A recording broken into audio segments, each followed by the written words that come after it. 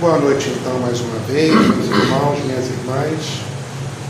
Como a gente não pode esquecer e não podemos deixar passar, é a primeira reunião pública desde que Maria Alice, fundadora da casa, nossa dirigente, retornou ao plano espiritual, à pátria espiritual. Certamente muitos fizeram festa pelo retorno dela, mas para a gente aqui fica ainda um pouco estranho, um pouco esquisito, porque tivemos sempre sob certa forma a asa protetora dela, mas como bons trabalhadores de Jesus que nós nos propomos a ser, o trabalho precisa prosseguir, e nós tomamos para nós essa responsabilidade e vamos fazer o melhor trabalho possível dentro das nossas possibilidades.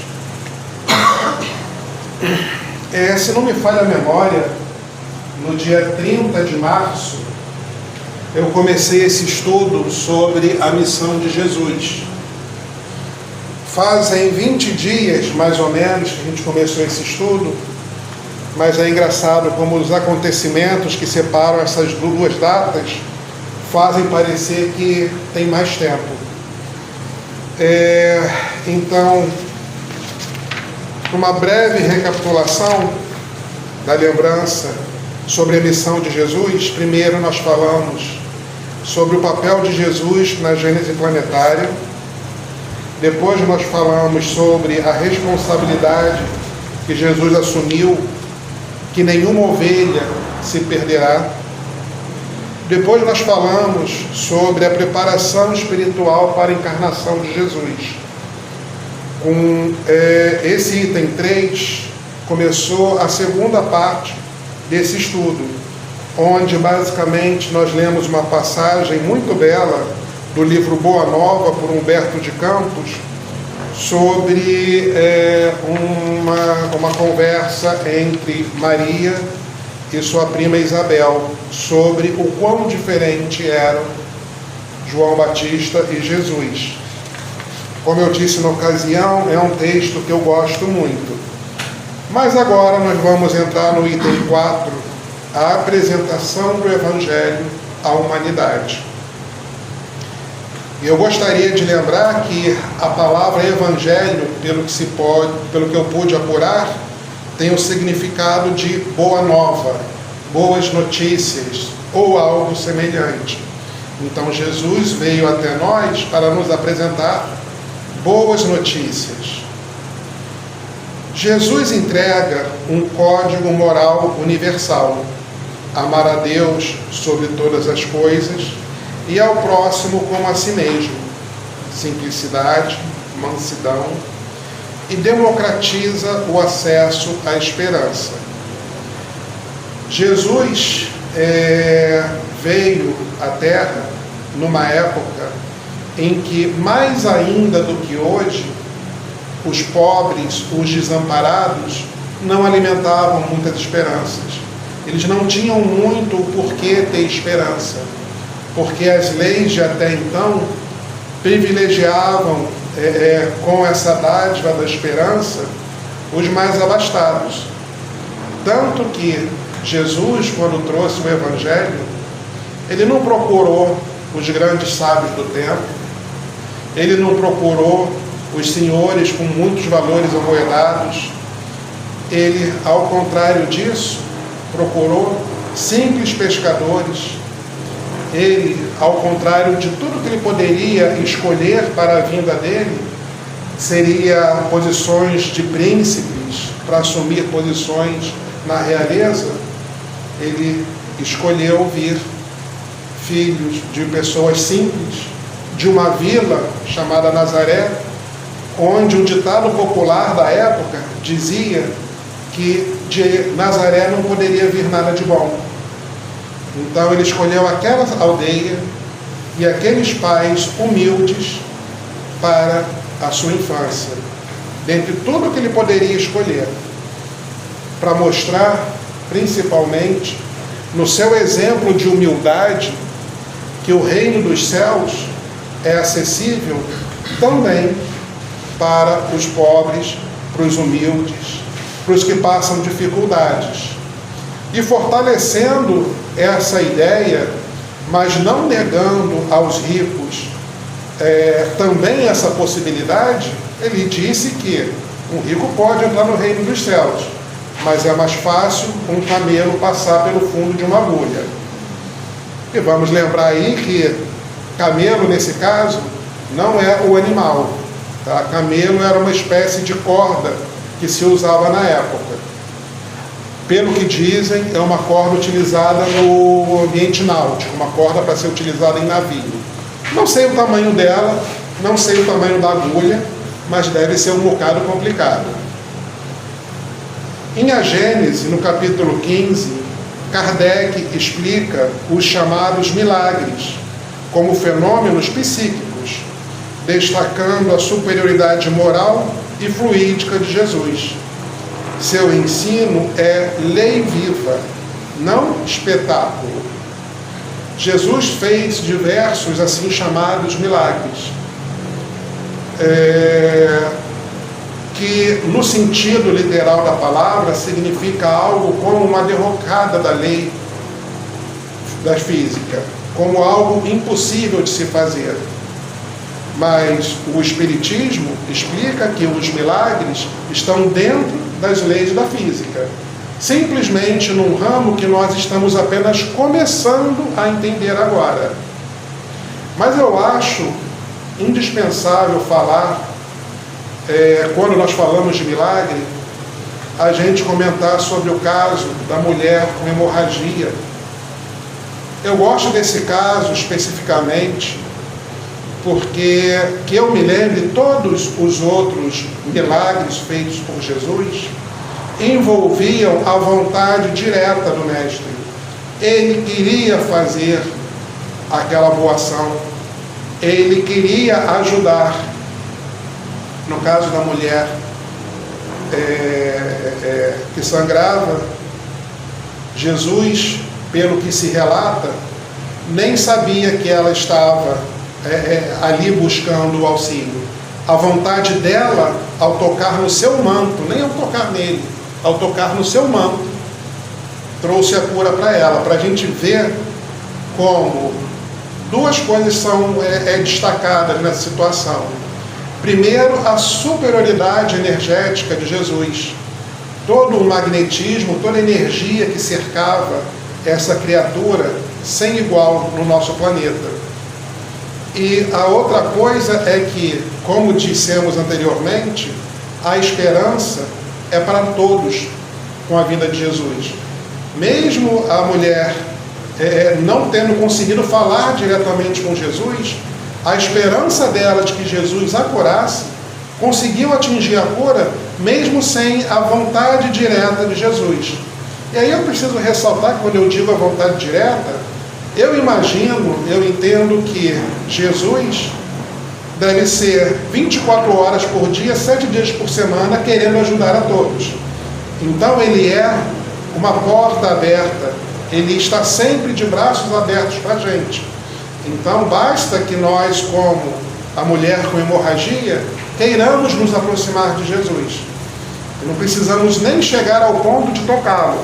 Basta apenas nos aproximarmos suficientemente para que as nossas esperanças, quando boas e justas, se concretizem.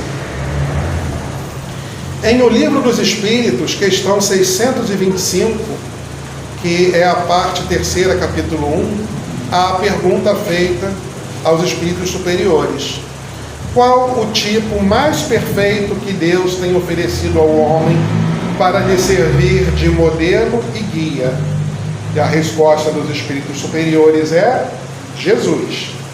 Essa questão 625, eu sou péssimo para guardar o número, mas todo espírita deve saber essa pergunta, já deve ter ouvido em algum momento.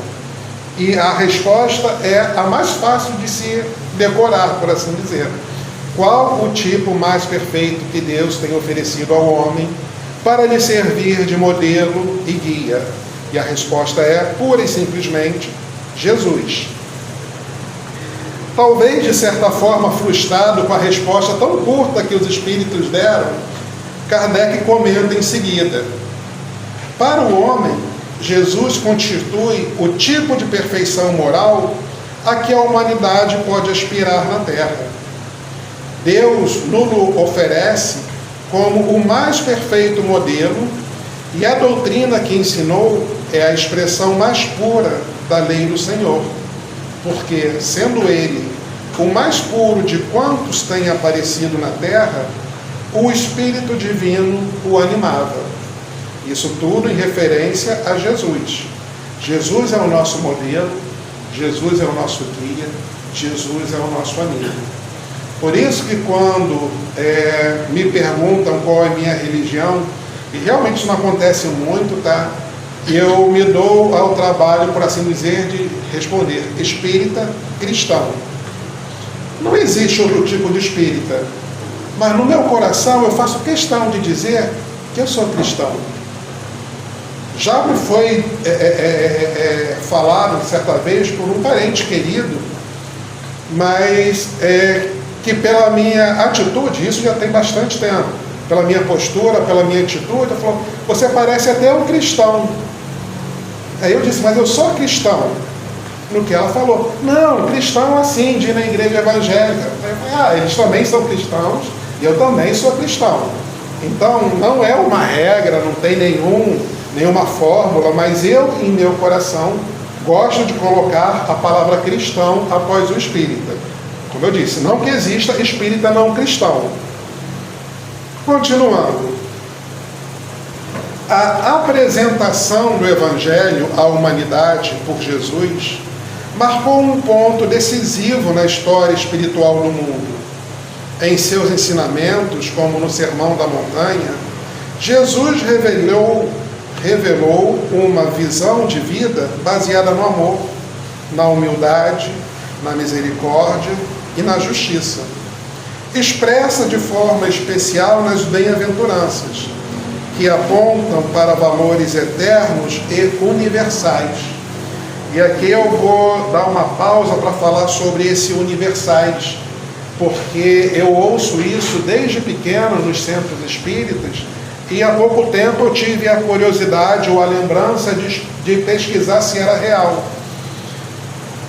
Eu ouvia sempre que Mahatma Gandhi, o grande líder indiano, hindu de nascença, hindu de crença, hindu a vida inteira, quando perguntado sobre Jesus, ele falou que Jesus era um grande sábio, uma pessoa enviada por Deus, e que se tudo no mundo se perdesse, mas o Sermão da Montanha fosse salvo, a humanidade não teria perdido nada. De tão profundo e de tão universal que é o Sermão da Montanha proferido por Jesus. Se todos os ensinamentos religiosos do mundo, isso um hindu falando, não é um cristão, se todos os ensinamentos religiosos do mundo fossem perdidos de uma hora para outra, e apenas o Sermão da Montanha fosse preservado, a humanidade, do ponto de vista religioso, poderia continuar sem nenhum problema, de tão universal que é o Sermão da Montanha proferido por Jesus. Continuando, seu anúncio não era apenas doutrinário, mas profundamente existencial. Convidava cada pessoa a uma transformação interior, a viver de acordo com a lei do amor. Olha só, eu até esqueci. Que Gandhi descreveu como expressão de sabedoria perene e força moral capaz de tocar o mais íntimo do ser humano. Eu não lembrava que tinha essa parte aqui no texto que eu tinha feito há 20 dias atrás. Assim, Jesus apresentou o Evangelho como caminho de reconciliação, paz e não violência. Um modelo de vida que influenciou não apenas tradições cristãs, mas também líderes e movimentos que reconheceram nele um chamado universal à dignidade humana e ao bem. Lembrando que nós estamos falando do Evangelho. Nós estamos ressaltando, nesse momento, a característica universal do Evangelho. Nós não estamos apenas colocando ele como um ensinamento religioso, mas como um código de conduta moral capaz de levar a humanidade para um nível superior. Divaldo Franco disse, e isso eu vi em vídeo, que ele prefere um ateu digno do que um cristão hipócrita. Então a gente lembra que nem só para religiosos o Evangelho é uma ferramenta saudável, é uma ferramenta útil. Mesmo para aqueles que, porventura, se intitulem ateus, entender a doutrina moral do Evangelho do Nosso Senhor serve de base perfeitamente para uma evolução pessoal e uma evolução coletiva da humanidade.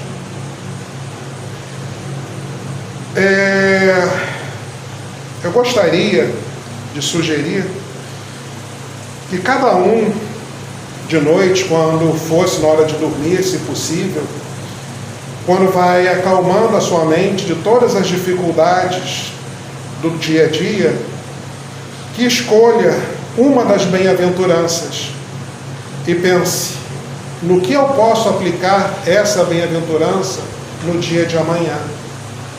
Caso a gente não lembre especificamente de nenhuma bem-aventurança, todos nós temos um telefone na mão hoje que consegue nos informar quais foram as bem-aventuranças em poucos segundos.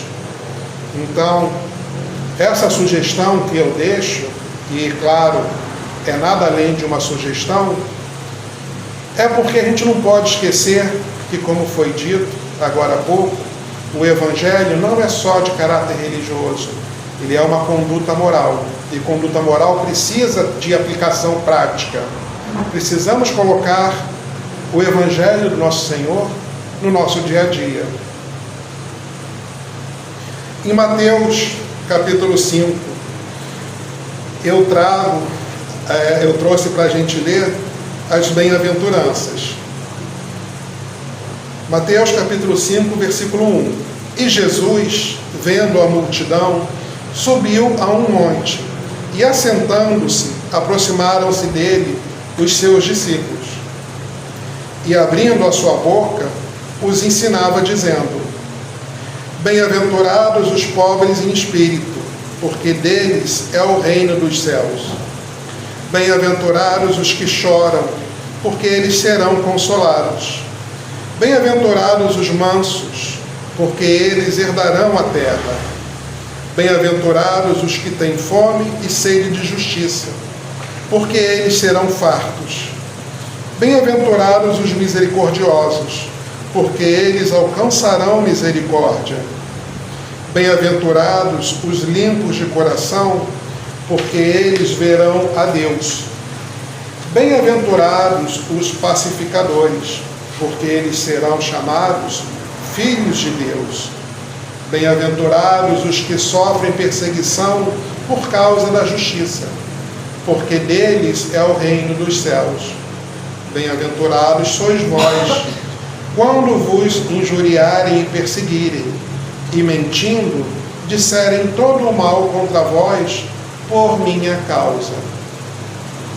Então Jesus, nesse memorável discurso, enumera 10 bem-aventuranças. E eles são, mais uma vez, correndo o risco de ser repetitivo, eles são um guia moral para toda a humanidade. Eu quero crer que cada vez mais eu consiga caminhar dentro dessas bem-aventuranças. E eu sei que não é fácil, pelo contrário, é bem difícil. Nós ainda trazemos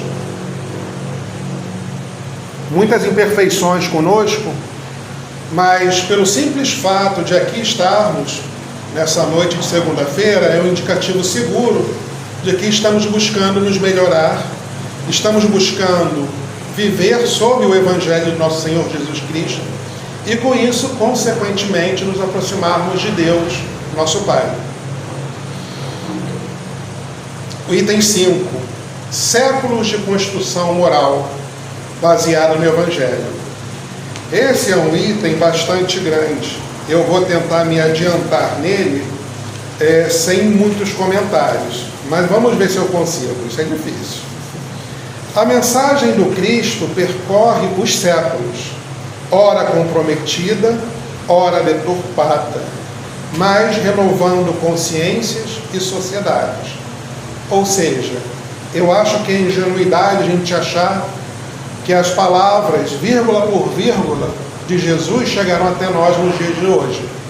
Mas eu quero crer profundamente que as linhas gerais do Evangelho foram preservadas. Existe uma passagem que Jesus fala que em determinado momento mandaria um Paráclito para renovar, para relembrar o que ele havia dito. E nós, Paráclito é advogado, é alguém que defende a pessoa.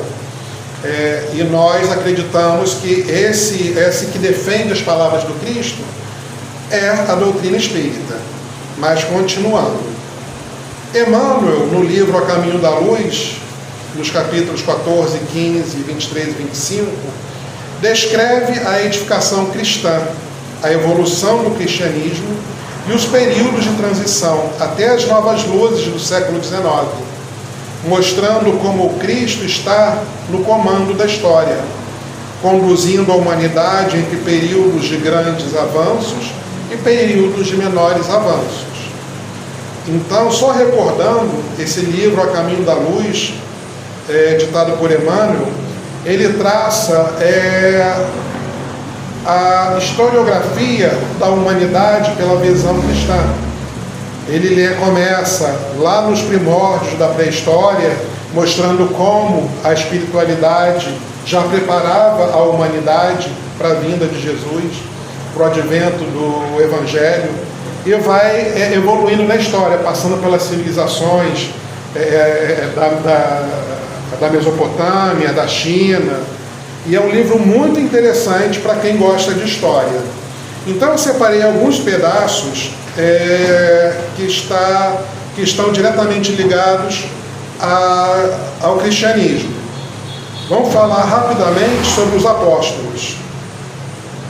Os apóstolos ensinavam que, por Jesus Cristo, não mais poderia haver diferença entre os livres e os escravos, entre patrícios e plebeus, porque todos eram irmãos, filhos do mesmo Deus. E essa mensagem era rejeitada tanto pelos judeus, o povo entre o qual Jesus nasceu, e os gentios, todos o resto.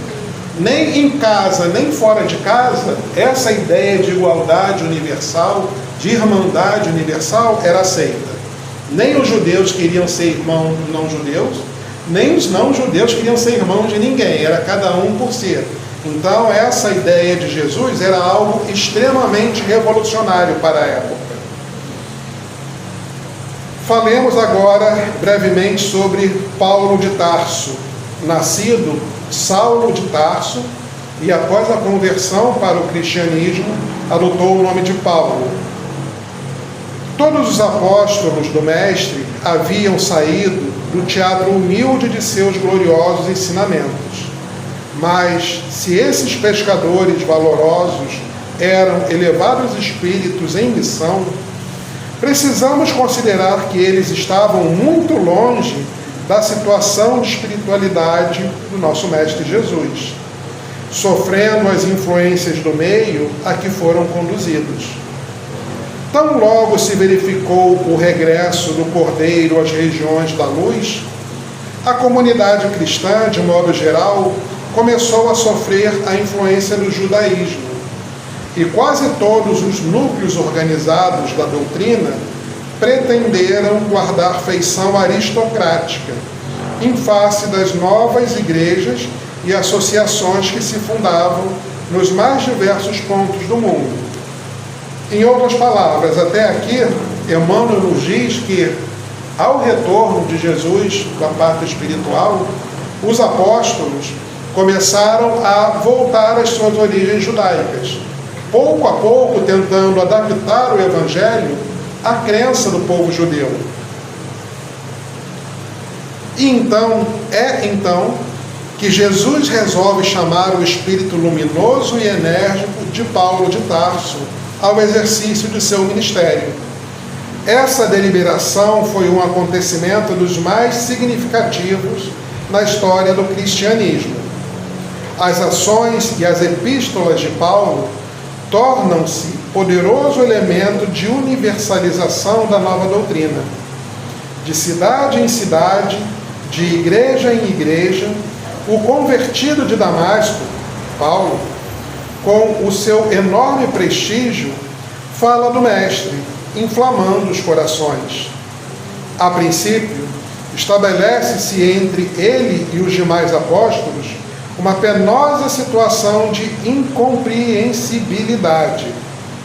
Mas sua influência providencial teve, por fim, evitar uma aristocracia injustificável dentro da comunidade cristã, nos seus tempos inesquecíveis de simplicidade e pureza.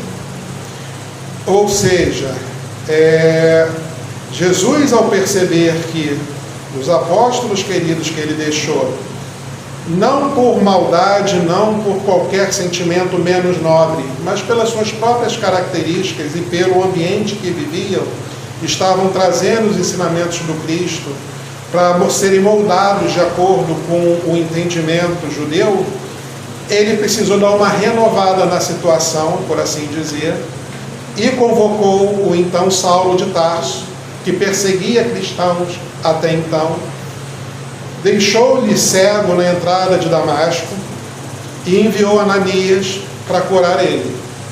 E então, desde então, Saulo passou a atender pelo nome de Paulo e foi a peça fundamental para a divulgação do cristianismo fora do ambiente judaico. É claro que Jesus está no controle de tudo, ele tinha todos os planos necessários em cada contingência. Mas a gente pode dizer com razoável certeza de que se Paulo não tivesse entrado no jogo, vamos dizer assim, provavelmente o cristianismo teria simplesmente ficado entre os judeus e muito provavelmente não teria sobrevivido e se espalhado como assim fez. Então, muito do que é o cristianismo hoje deve-se ao trabalho de Paulo, que nunca aceitou nenhuma posição de superioridade ou de riqueza advindo do seu trabalho. Pelo contrário, ele vivia no deserto e fazia o tecido da sua própria roupa. Ele não aceitava que lhe dessem roupas ou sequer que lhe dessem tecido. Ele enfiava e ele fazia suas roupas. Prova grande de simplicidade. Em continuidade, vamos falar também rapidamente sobre os mártires do cristianismo. Antes do movimento de propagação das ideias cristãs no seio da sociedade romana, já os prepostos de Jesus se preparavam para auxiliar os missionários da nova fé, conhecendo a reação dos patrícios romanos em face dos postulados de fraternidade da nova doutrina.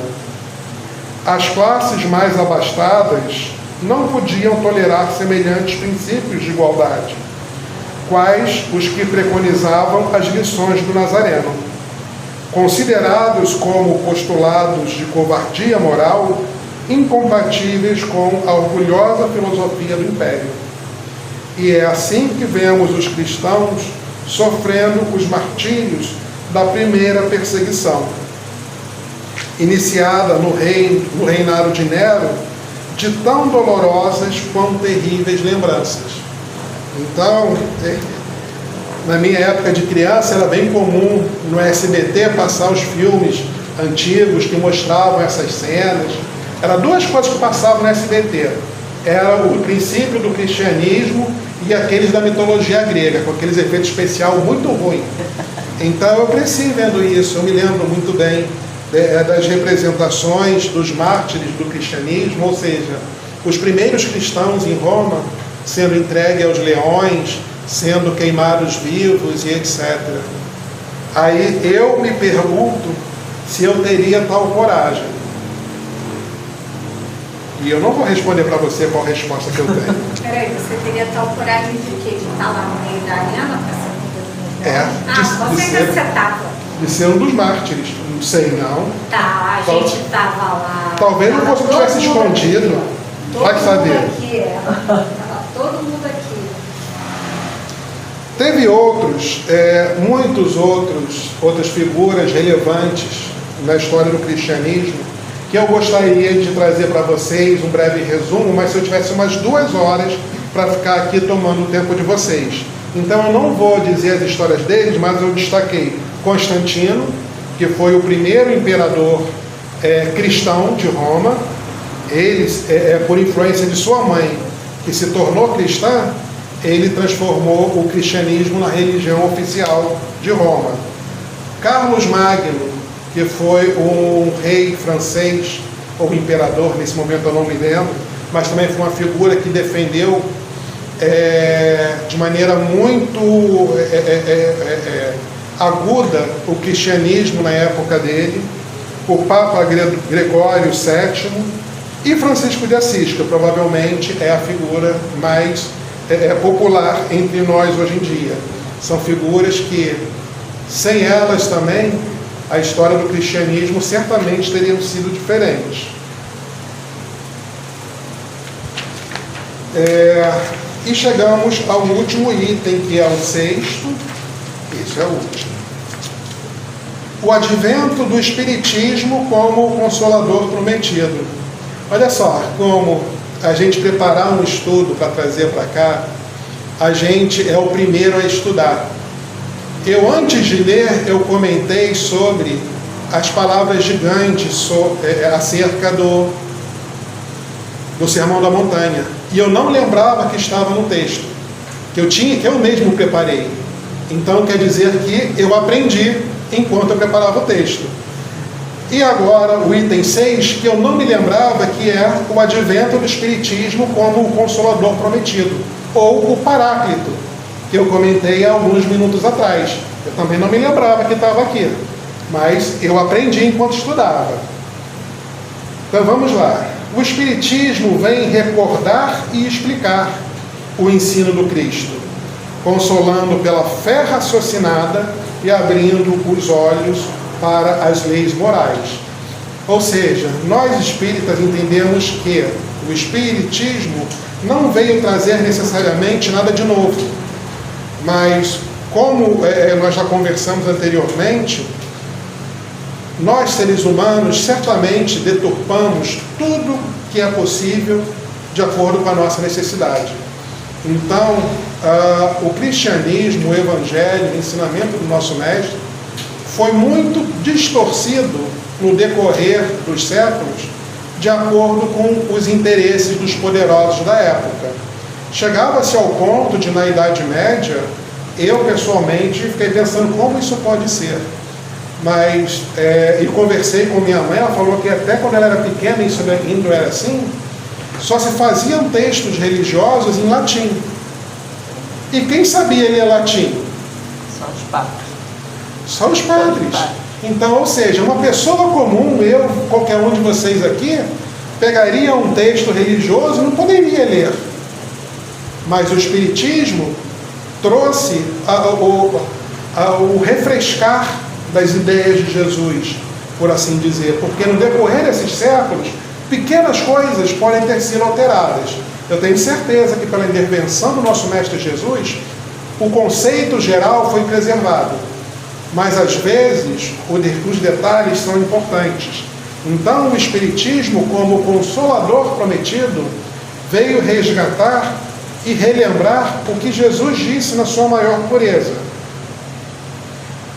que é uma das principais características do Evangelho e do Espiritismo, é a consolação.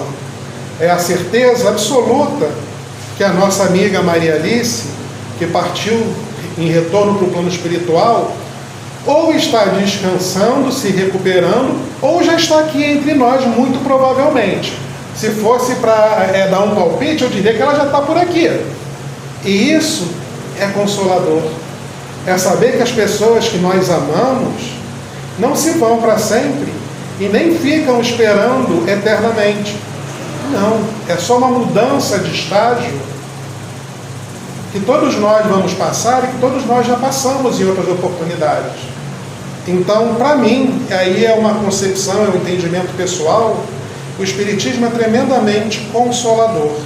Além de ser um guia moral, ele traz a esperança de forma indistinta. Porque qualquer um de nós pode entrar numa casa espírita sem um centavo no bolso e sair com mesmo sem um centavo no bolso, porque aqui não é lugar para deixar nem para gastar dinheiro. Está acessível para qualquer um que queira ouvir o Evangelho do Nosso Senhor.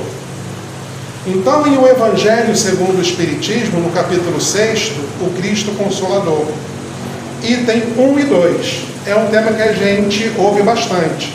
Jesus afirma sobre o jugo leve. O alívio prometido depende de cumprir a lei do amor. Tomai sobre vós o meu jugo e aprendei comigo. Jesus não diz que todos vão sofrer, vão se submeter ao jugo leve. Ele diz que aqueles que tomar sobre si próprio o jugo de Jesus. E o que é isso? É tomar o Evangelho. É passar a seguir os ensinamentos que Jesus trouxe para a gente.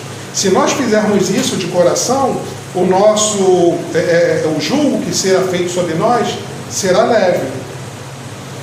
Ainda no Evangelho segundo o Espiritismo, o mesmo capítulo 6, itens 3 e 4, o Consolador prometido anuncia o Espírito de verdade que fará recordar e ensinará todas as coisas, vinculando a futura terceira revelação, que é um dos outros nomes em que é chamado o Espiritismo. Ele é chamado muitas vezes de terceira revelação, a saber, a primeira revelação é Moisés, a segunda é o próprio Mestre Jesus e a terceira o Espiritismo. O tempo está chegando ao final, eu vou me adiantar um pouquinho mais. Se me amais, guardais os meus mandamentos. E eu rogarei a meu Pai, e Ele vos enviará outro Consolador, a fim de que fique eternamente convosco.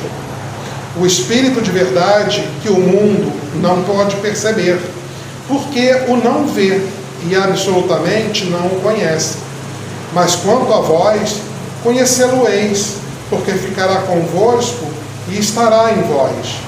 Porém, o Consolador, que é o Santo Espírito, que meu Pai enviará em meu nome, vos ensinará todas as coisas e vos fará recordar tudo o que vos tenho dito. Isso está em João, palavras de Jesus, está em João, capítulo 14, 15, versículos 14, 15, 17 e 26. Desses versículos que estão em João, nós entendemos a descrição da vinda futura do Espiritismo, que eles não podiam ver, mas estavam com eles. Jesus promete outro Consolador, o Espírito de verdade que o mundo ainda não conhece, por não estar maduro para o compreender. Consolador que o Pai enviará para ensinar todas as coisas e para relembrar o que o Cristo há dito. Se, portanto, o Espírito de verdade tinha de vir mais tarde ensinar todas as coisas, é que o Cristo não dissera tudo. Ele vem relembrar o que o Cristo disse. O que este disse foi esquecido ou mal compreendido. Ou seja, o que Jesus disse ou foi esquecido ou mal compreendido. O Espiritismo vem, na época predita, cumprir a promessa do Cristo. Preside o seu advento o Espírito da verdade. Ele chama os homens à observância da lei, ensina todas as coisas, fazendo compreender o que Jesus só disse por parábolas. Então, meus amigos, o tempo é findo. Eu tinha aqui talvez mais uns 5 minutos de leitura, mas de forma geral a mensagem ficou razoavelmente clara, acredito eu. A mensagem o trabalho de Jesus, a missão de Jesus é imensa. Iniciou há tantos anos que nós nem podemos conceber quantos anos foram. e se estenderá por tantos mais anos que nós não conseguimos compreender também. Mas eu acho fundamental a gente entender que nós somos parte desse trabalho de Jesus. Ele, quando veio à Terra, mesmo podendo fazer tudo o que ele queria fazer sozinho, ele se acercou de 12 e muitos mais. 12 apóstolos são os mais próximos, mas um séquito de no mínimo 50 pessoas seguia Jesus pelos relatos que nós temos. Então, nós, cada um de nós aqui presentes, encarnados e desencarnados, fazemos parte do trabalho de Jesus. Somos ajudantes dessa missão que Jesus desempenha tão maravilhosamente há tantos anos. Então, com isso em mente, eu agradeço a atenção de vocês. Rogo a Deus, nosso Pai, para que todos possamos voltar em segurança para a nossa casa, e a todos os espíritos benfeitores que nos protejam e nos amparem. Obrigado.